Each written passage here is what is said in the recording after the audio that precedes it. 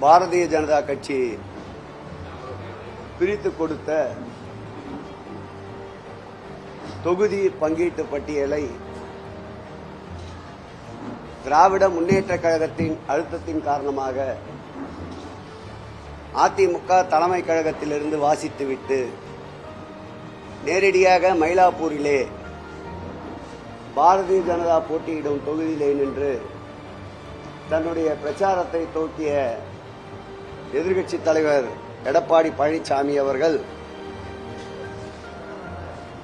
அதிமுக தான் இந்த கூட்டணிக்கு தலைமை வகிக்கிறது என்று அறைகூவல் விட்டார். ஆனால் அந்த கூட்டணியிலே போட்டியிடுகின்ற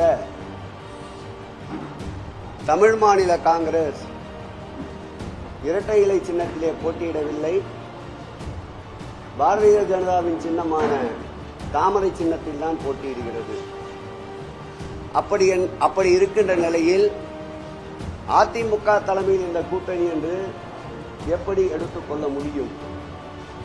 அதேபோல் ஆடு நடைகிறது என்று ஓநாய் கவலைப்பட்டது போல் இந்த கூட்டணியில் தேர்தல் அங்கீகாரம் பெற்ற கட்சியை விட தேர்தல் அங்கீகாரம் இல்லாத கட்சிக்கு கூடுதல் இடங்களை ஒதுக்கிவிட்டதாக கூறியிருந்தார்.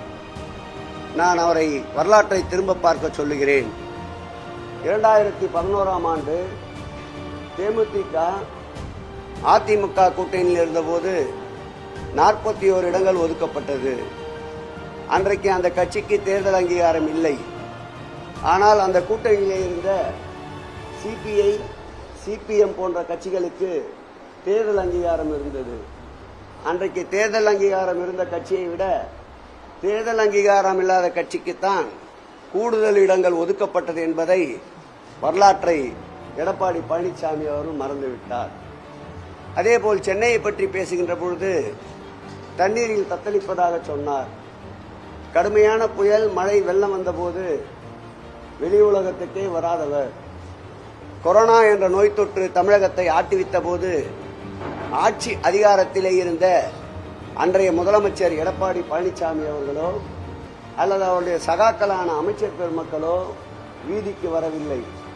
அன்றைக்கும் வீதியிலே இருந்து மக்களுக்காக, மக்களின் நலனுக்காக உடையும் உணவும் மருந்தும் வழங்கியவர் இன்றைய முதலமைச்சர், அன்றைய எதிர்க்கட்சித் தலைவர் மாண்புமிகு தமிழக முதல்வர் அவர்கள்.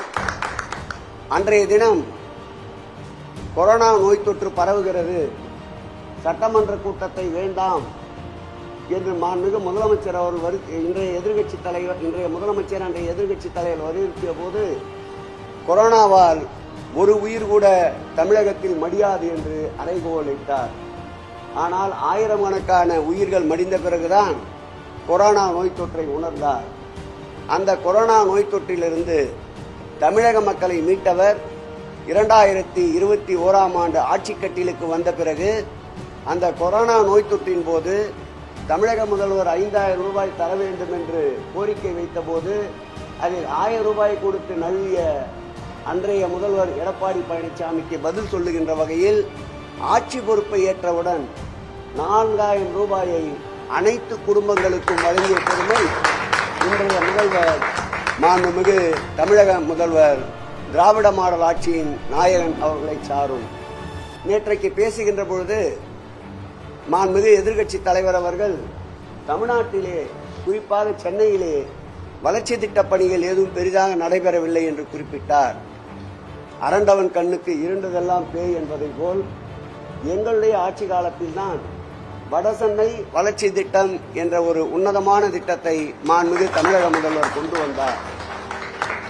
அந்த திட்டத்தால் பாதுகாக்கப்பட்ட குடிநீர், சீரான கழிவுநீர் ஓட்டம், தடையில்லா மின்சாரம், பக்தவச்சலம் காலத்திலே கட்டப்பட்ட பள்ளி, மாதாவரத்திலே இருந்த பள்ளியை கூட இன்றைக்கு தனியார் பள்ளிக்கு அளவிற்கு தரம் உயர்த்தி கட்டியிருக்கின்ற சூழல். அதேபோல் அரசு மருத்துவமனைகள், அதேபோல் அரசு தடையில்லா மின்சாரத்திற்காக புதிதாக 33/11 கிலோவாட் கொண்ட துணை மின் நிலையங்கள், 130/11 கொண்ட துணை மின் நிலையங்கள் என்று எண்ணிலடங்கா திட்டங்களை சென்னைக்கு கொண்டு வந்து வட சென்னையை இன்றைக்கு வாடாத சென்னையாக மாற்றிய பெருமை மாண்புமிகு தமிழக முதல்வரை சாரும். அதற்கு ஒரு சாட்சி வேண்டுமென்றால் நம்முடைய வாட்டர் பேசின் ரோடு என்று சொல்லப்படுகின்ற தண்ணீர் தொட்டி தெருவிற்கு சென்று பாருங்கள். ஒரே இடத்தில் 700 குடியிருப்புகள் கட்டி முடிக்கப்பட்டிருக்கின்றன.